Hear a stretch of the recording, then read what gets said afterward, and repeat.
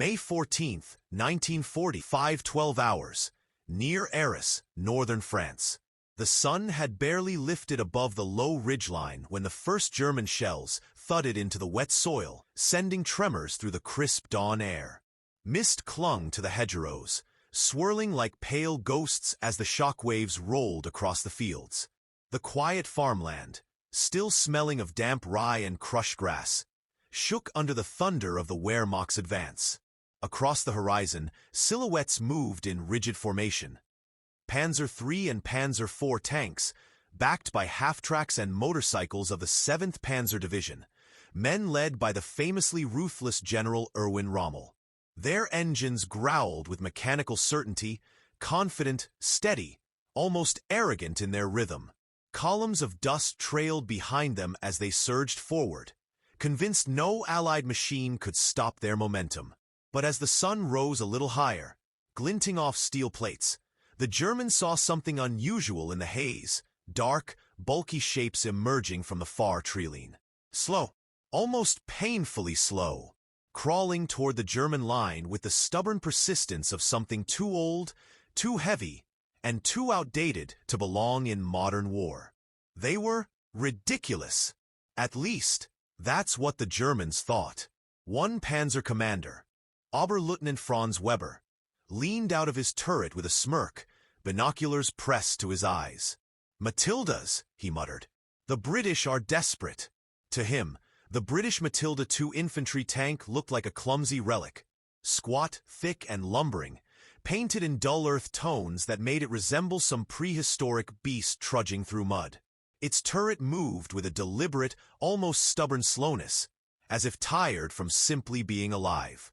Even from a distance, its speed, or lack of it, was laughable. It crept forward at about 6 miles per hour, slower than a soldier jogging in full kit. "Toy tanks," Weber added with a short laugh. "Easy kills." His crew chuckled inside the turret. The Germans were certain of many things that morning. They were certain their training was superior. They were certain their panzers were faster. They were certain their 37mm anti-tank guns could punch through anything the British fielded. They were certain, absolutely certain, that nothing on that field could disrupt their advance. And then, the world changed. The Matildas kept coming. On the British side, inside one of those hulking steel beasts, Lieutenant Harold Carson steadied himself as the tank lurched forward.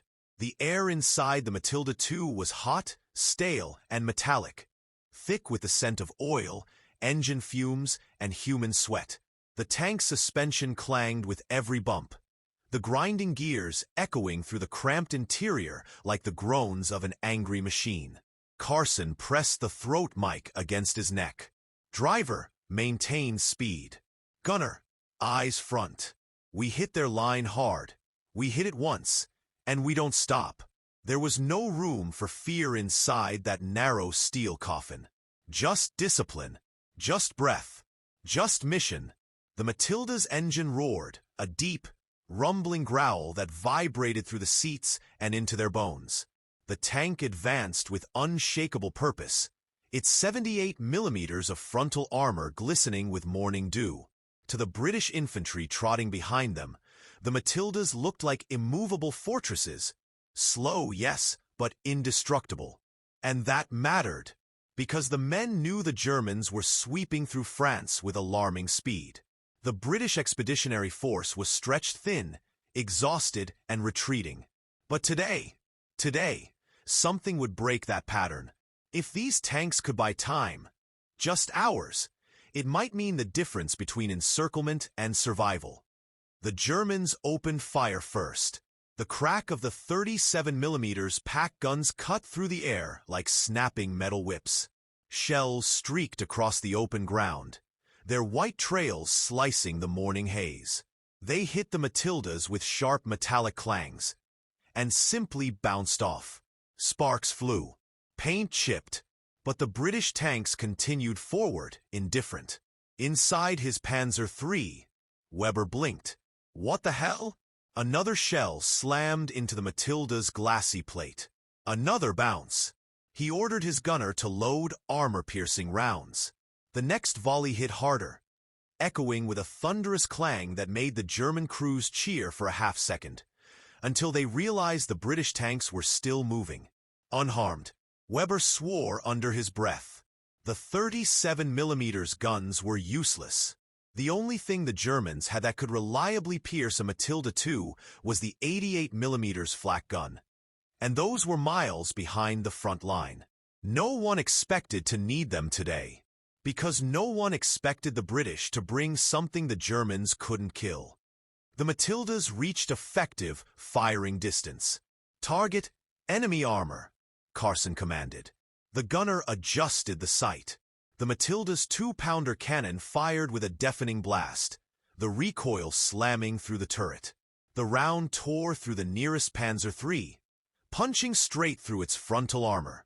Flames burst from the hatches as the tank ground to a halt, smoke curling upward like a black flag planted into the earth. Another shot. Another Panzer down. British shells smashed into German armor with brutal efficiency, each one detonating with an echo that seemed to shake the ground itself. The Panzers, built for speed and maneuver, suddenly found themselves facing a machine that outmatched them in the one category that mattered most at that moment: invulnerability. Panic rippled through the German line. Rommel's men, famed for lightning-fast assaults, were now scrambling backward, unsure how to stop the slow-moving monsters grinding toward them. The British infantry surged forward behind the Matildas, emboldened by the spectacle. They felt the shift, the subtle, electric moment when fear leaves the lungs and courage fills the void. For the first time in days, the Germans weren't the unstoppable force. For the first time, the British weren't the overwhelmed defenders. For the first time, the battlefield belonged to the slowest machine present. But the Germans were not broken. Not yet. Rommel, somewhere beyond the ridge, had already realized something was wrong. Very wrong.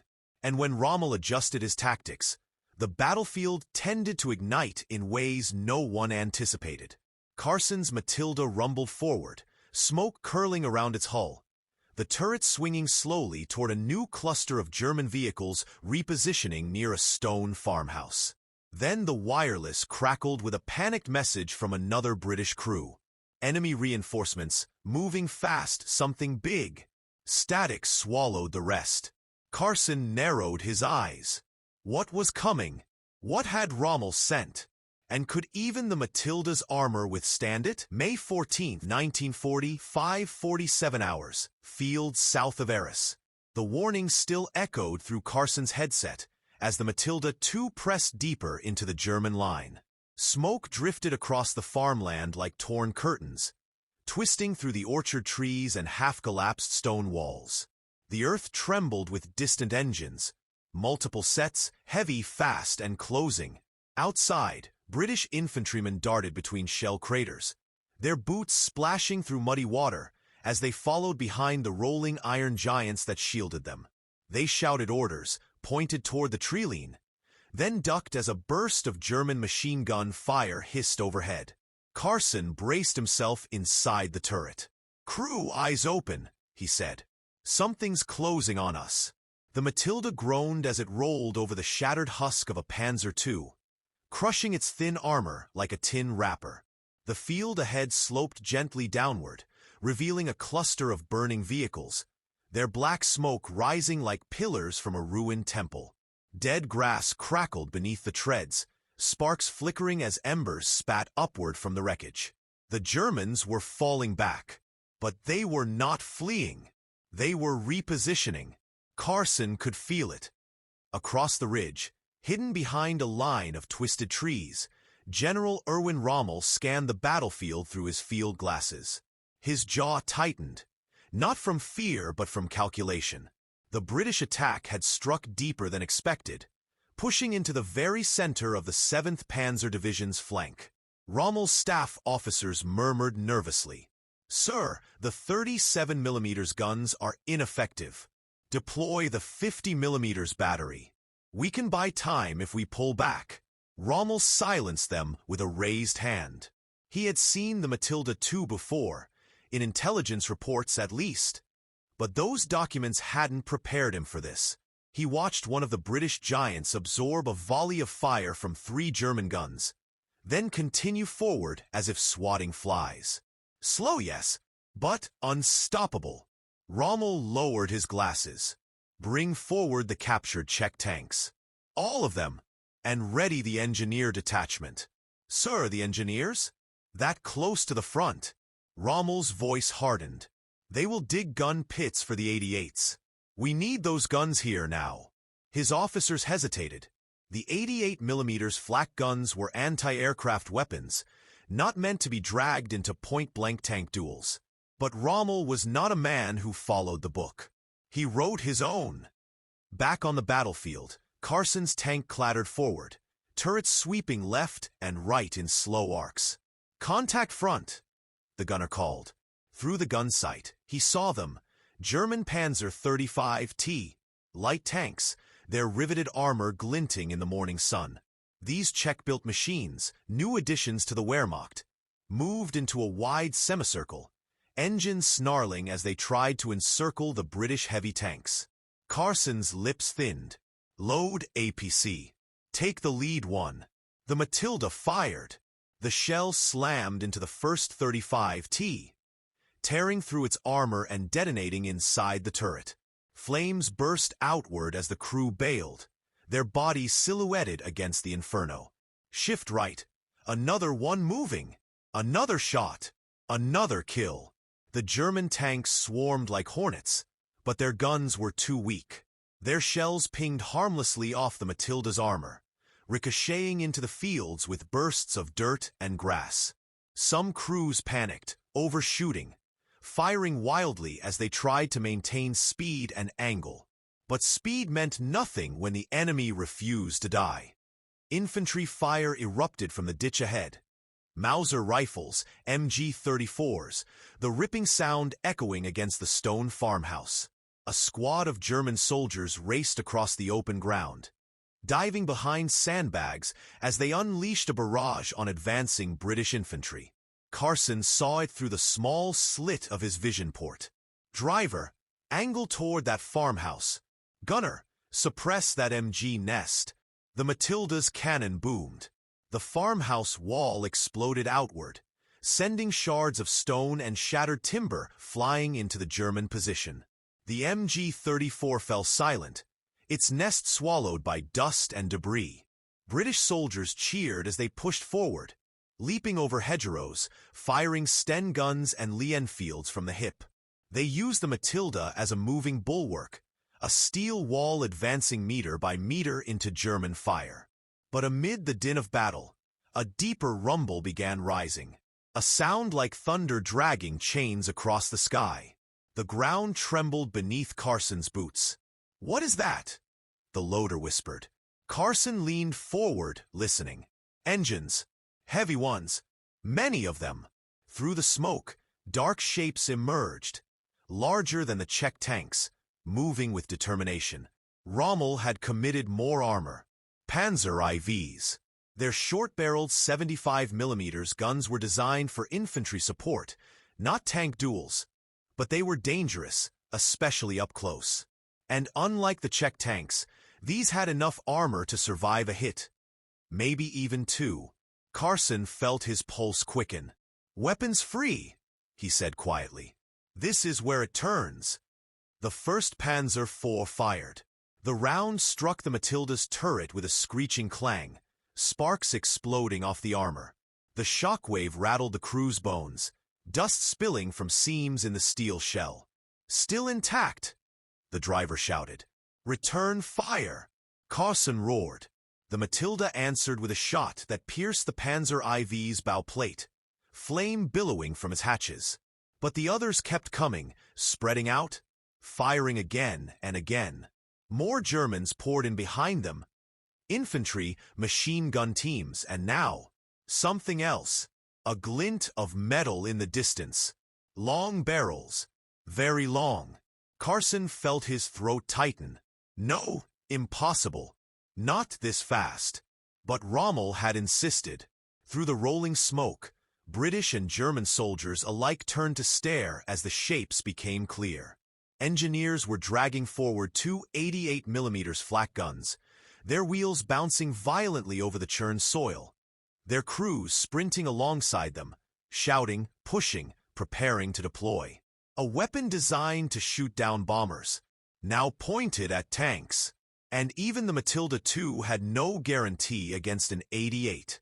For the first time that morning, Carson felt the edge of fear. The unstoppable had just met the unthinkable. May 14, 1940, 6:03 hours, south of Arras, northern France. The two 88mm flak guns screeched to a halt at the edge of a shallow embankment, their long black barrels cutting through the drifting smoke like spears aimed at the heart of the battlefield. German engineers leapt from the troop trucks, stumbling across churned mud as they unhitched cables, dropped outriggers, and swung the guns into position with frantic speed.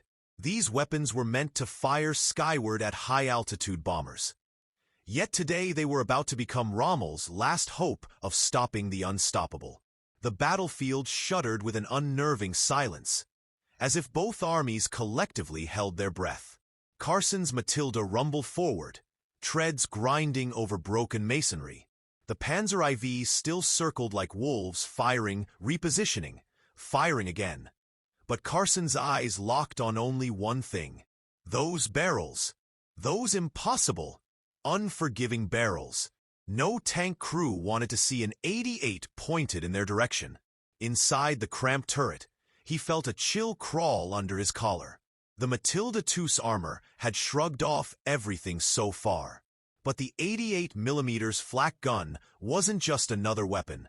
It was an executioner. "Gunner," Carson said quietly. "Identify that gun team." "Range." The gunner exhaled slowly, wiping sweat from his brow as he peered through the sight. "Range 1,400 meters. Too far for a sure hit." Carson closed his eyes for half a heartbeat, then opened them. "We advance. We have no choice." Across the field, Rommel strode up the slope, boots kicking up clods of earth as he reached the newly positioned guns. His officers yelled reports over the roar of engines, pointing toward the British armor still clawing its way forward through smoke and wreckage. Rommel ignored their panic. He studied the Matildas. He watched the way their shells struck his panzers with thunderous finality. He watched the heavy beasts grind through machine gun nests as if they were made of paper. He watched the German line bend and begin to fray. Then he saw the British infantry moving behind the tanks, disciplined, steady, emboldened. They were gaining ground at an alarming rate. If these tanks broke through here, the entire flank of the German advance could unravel. If they pushed far enough, they could threaten supply lines, communications, even the path of the armored spearheads racing toward the channel. Rommel did not fear chaos. He wielded it like a weapon. But this required precision. He turned toward the 88 crews. "Direct fire," Rommel barked. "Target their lead tank." A lieutenant hesitated. "At this distance, sir, we—" Rommel stepped forward, grabbing the man by the collar. "You will fire," he growled. "And you will hit." The lieutenant swallowed hard, nodded, and signaled the crew. The massive breech clanged open. A shell the length of a man's forearm slid inside. The gun locked, the barrel leveled, and the first shot fired. The 88's blast tore through the morning haze, its report echoing across the countryside like a god striking an anvil. The shell streaked low over the field, slicing between two retreating German infantry squads before slamming into the ground just short of the lead Matilda. Dirt and shrapnel exploded upward, raining debris onto Carson's hull. Inside the turret, the loader shouted, "Direct fire! That's an 88! Carson gritted his teeth. "Driver, angle left. Gunner, suppress." The Matilda's cannon barked, flinging a shell toward the distant silhouettes of the German battery. It slammed into the hillside, spraying earth over the engineers, but failed to hit the gun itself. The 88 readjusted, loaded again, fired again. This time the shot screamed past the Matilda's turret by inches, the shockwave rattling the crew's teeth. The shell continued on, smashing into a hedgerow behind them with a blast that shook the horizon. Carson wiped sweat from his brow. The German gunners were ranging them in. Another 30 seconds, perhaps less, and the next shot would hit. "Infantry to our left," the radio crackled. "They're trying to flank us." Carson didn't respond. His eyes were fixed on the 88 crew sprinting around their gun, feverishly reloading. "Driver," he murmured, "take us straight toward them." Inside the tank, the driver froze. "Sir? That's a suicide run." Carson's voice softened, almost calm. "It's our only option." The engine roared as the Matilda lurched forward once more, picking up speed. Slow by any normal standard, but in that moment, it felt like charging headlong into destiny. The Panzer IVs reacted immediately. Sensing the British push toward the artillery, they swung in behind the Matilda, their engines roaring as they fired round after round. One shell struck the Matilda's rear track guard, spinning off in a shower of sparks. Another hit the hull's side plate, leaving a crater of scorched paint. Carson felt each impact like a hammer blow. But the armor held. "Gunner, take the nearest Panzer." The Matilda's cannon fired, blasting a Panzer for so hard it lifted off the ground, turret spinning violently before crashing to the earth in a heap of smoking steel. But even as the German tank burned, the 88 fired a third time. And this time, it hit. The shell slammed into the Matilda's frontal armor with a deafening explosion, throwing dirt and flame across the field. Inside the turret, Carson was hurled forward, his headset ripping from his ear, lights bursting behind his eyes. But when the smoke cleared, the armor had held. Barely. A fist-sized dent glowed red on the glassy plate. Bolts rattled. The crew coughed through smoke and dust. But the Matilda still moved. The British infantry behind them erupted into cheers, rallying, sprinting after the indomitable beast as it continued its advance. One slow, unstoppable step after another. "Loader, get me another round," the gunner shouted. Carson steadied himself, gripping the turret handles. And then he saw it. The second 88. It was swinging toward them, still unscathed, still perfectly intact. And its gun crew was ready. Carson's stomach dropped. No amount of armor would survive a direct hit at this range. The massive barrel adjusted, paused, locked onto his tank, and began to fire. May 14th, 1940, 6:11 hours. The fields of Arras boil with fire. The muzzle blast of the second 88 split the air like a thunderclap, tearing the sky in half. A plume of white smoke punched backward from the gun, swirling into the chaotic haze that already blanketed the field. Carson saw the flash, bright, violent, unmistakable. He felt the pressure wave an instant later, a gut-deep thump that rattled his ribs even before the shell arrived. Inside the Matilda, time slowed. The driver clamped the controls as if gripping the hands of fate. The loader froze mid-motion, fingers trembling around a brass shell casing. The gunner whispered something. A prayer, a curse, maybe both. Carson didn't blink. The 88mm shell hurtled toward them, shrieking through the smoke like a steel comet. It struck the Matilda's front plate with a catastrophic explosion that engulfed the entire turret in blinding light. Flame washed across the armor, spilling upward in curling tendrils before being sucked away by the wind. The shock rocked the tank back on its treads. The crew was thrown violently against their harnesses, breath ripped from their lungs as metal screamed in protest. The turret filled with smoke and dust, choking blinding. For a heartbeat, one single, agonizing heartbeat, Carson thought the world had ended. But then, the Matilda didn't stop. It groaned. It bucked. It hissed steam from fractured weld seams. But it didn't die. The armor, scarred, burning, crumpled, had held again. Barely. Carson coughed, blood trickling from a cut on his cheek. The air inside the tank was a furnace, but the controls still responded beneath his fingertips. He looked at the gunner, whose eyes were wide with disbelief. "They missed the weld line." The gunner gasped, voice thin. "God help us! They missed the weld line." If the 88th shell had struck a few inches lower or slightly to the right, the Matilda would have been peeled open like a tin can. But German gunners had fired through drifting smoke, through a chaotic battlefield where every second shifted the geometry of death. They missed, and the British tank lived. Outside, the battlefield exploded into chaos. British infantry stared in awe as the Matilda clawed forward again, its hull glowing from heat, its sides scarred by shrapnel. German soldiers shouted, pointing wildly at the tank that refused to die. Some stumbled backward, panic overtaking discipline. Others redoubled their efforts, firing rifles and MG-34 bursts that sparked harmlessly off the tank's armored skin. The Germans were starting to realize a truth they had never imagined. Their line, Rommel's line, was cracking.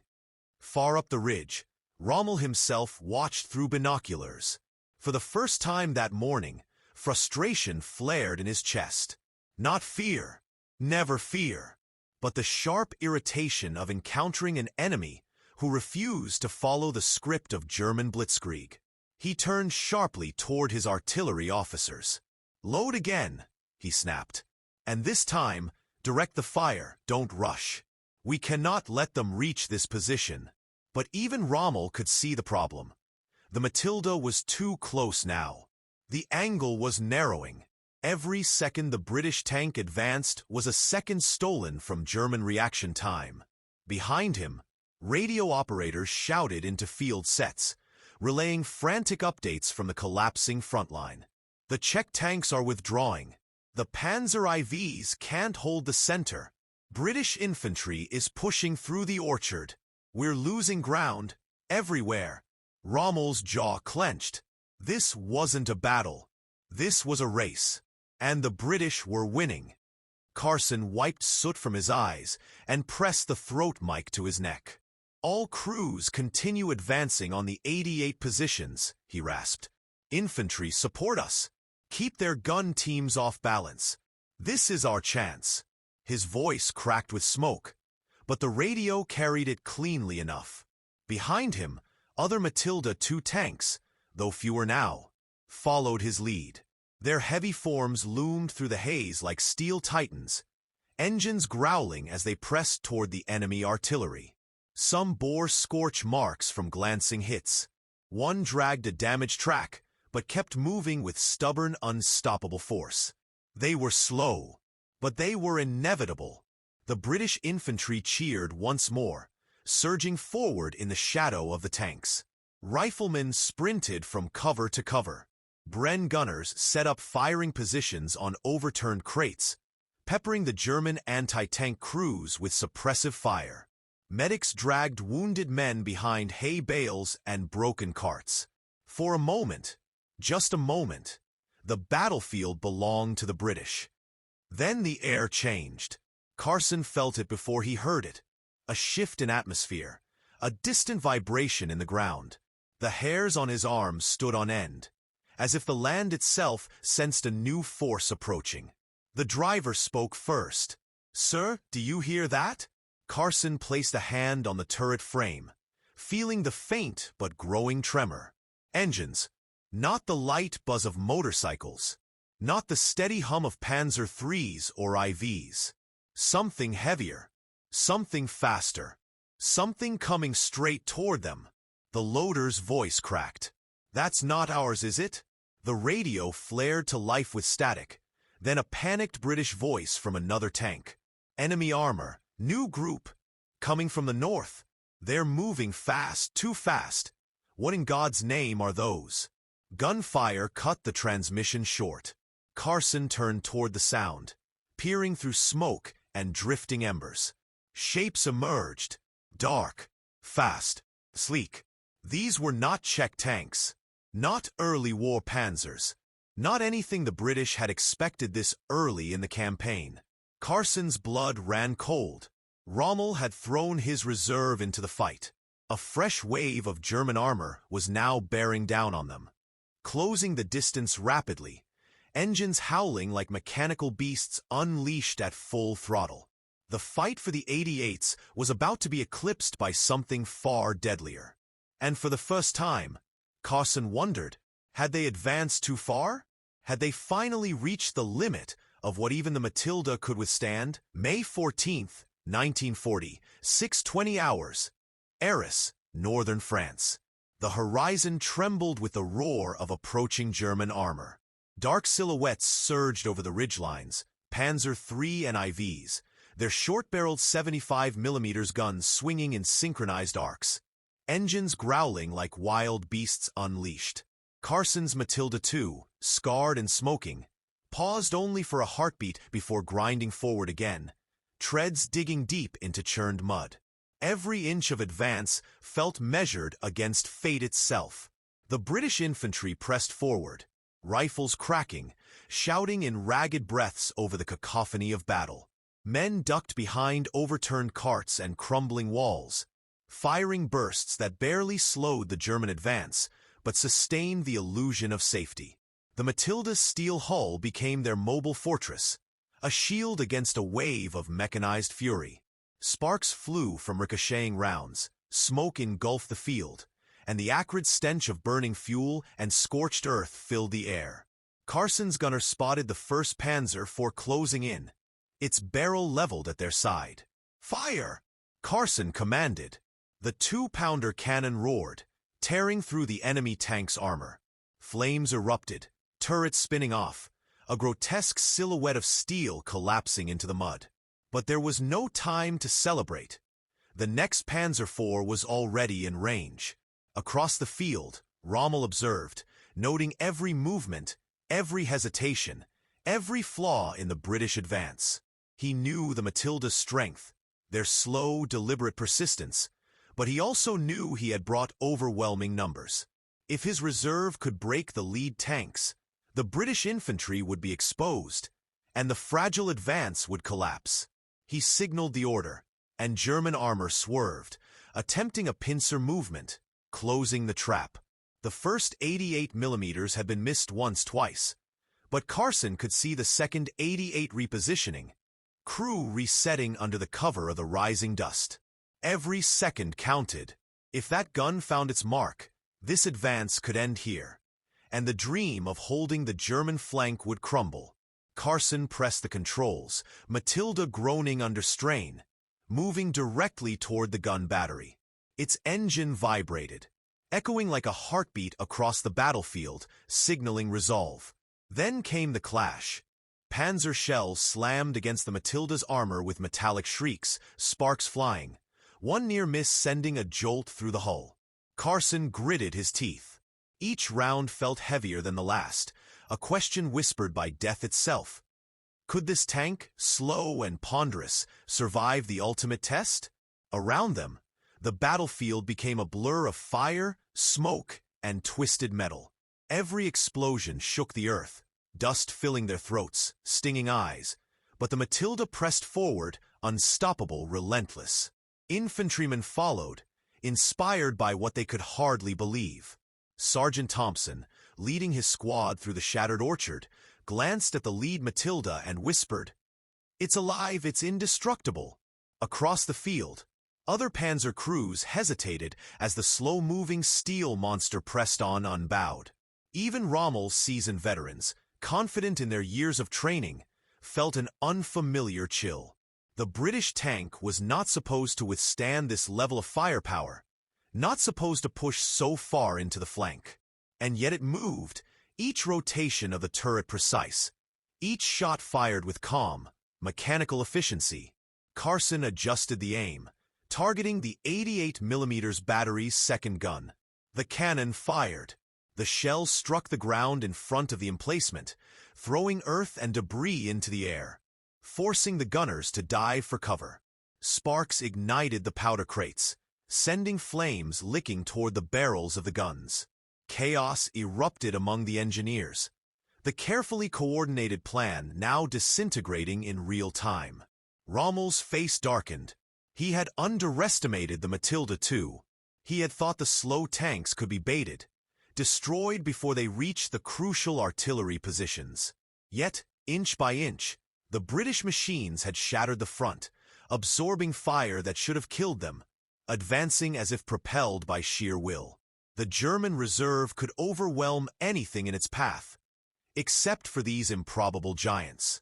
And Rommel knew the tipping point was approaching, where bravery, technology, and raw luck would collide in a singular moment that could decide the battle. Then, out of the corner of his eye, Carson saw the unthinkable. A small gap in the German formation. Panzer IVs were clustering too close to the orchard's edge, trying to envelop the Matilda. One exposed flank, wide enough for the tank to ram through. Carson's pulse quickened. Driver full forward. Left side rammed the gap. The driver obeyed, treads churning mud, the Matilda's engine screaming in protest. Sparks flew as side plates scraped against destroyed hedgerows and shell-shattered stones. They were inside the trap now, between the 88s and the pincer, moving into a kill zone. But also, perhaps, toward the heart of the German formation. The next 30 seconds would determine everything. The Matilda II, the toy tank they had laughed at, now carried the hope, the lives, and the momentum of every British soldier present.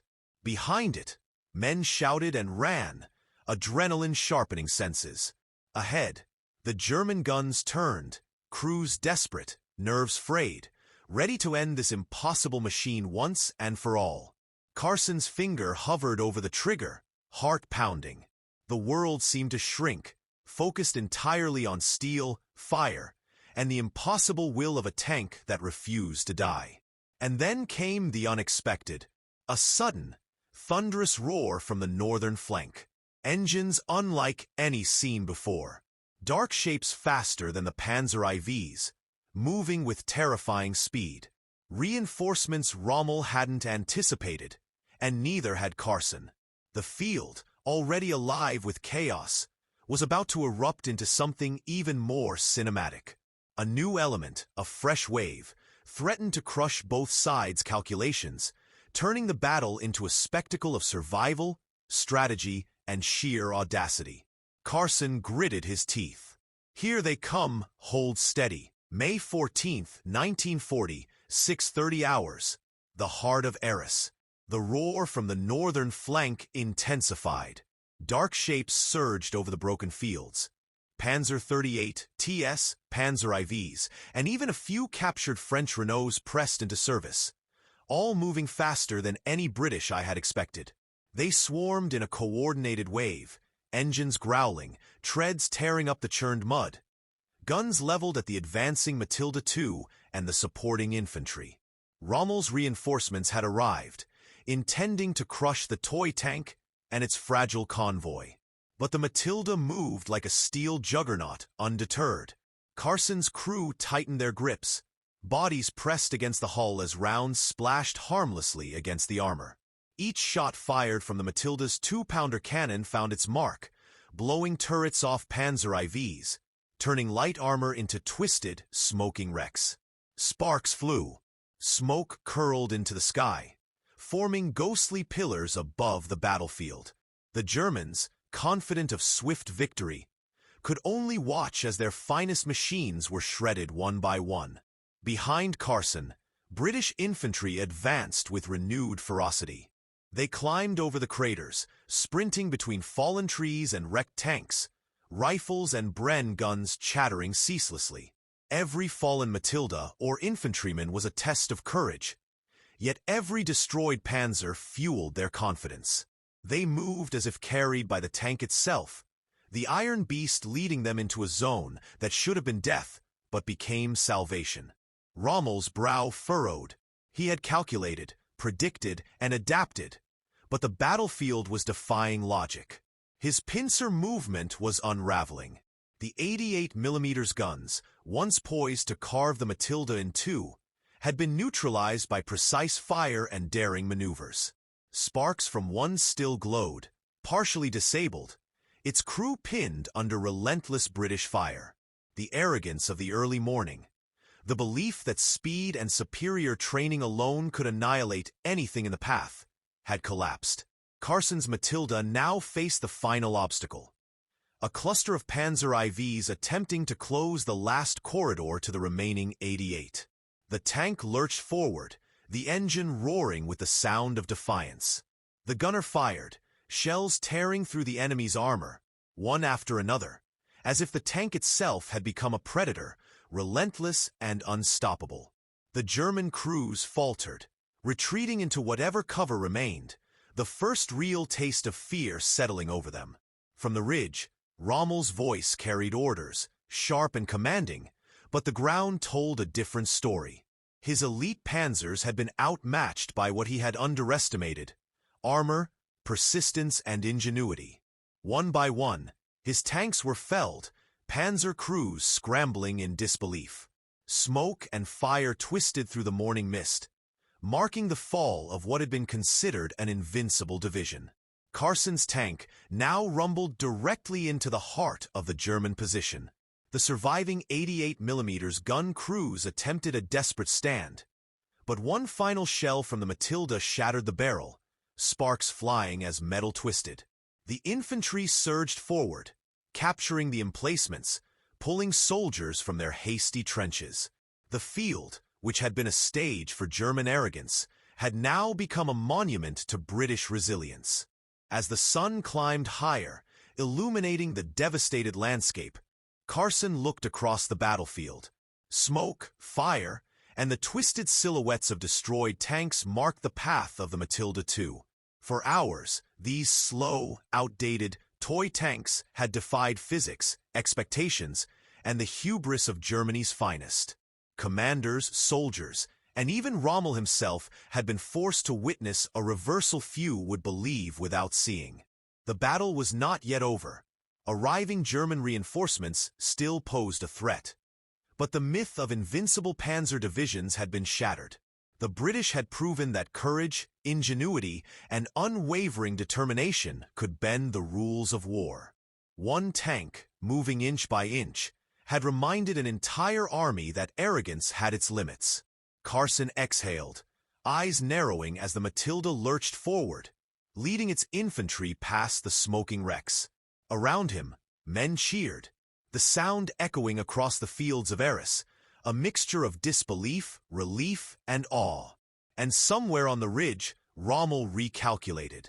Arrogance had been met with reality, and the consequences were undeniable.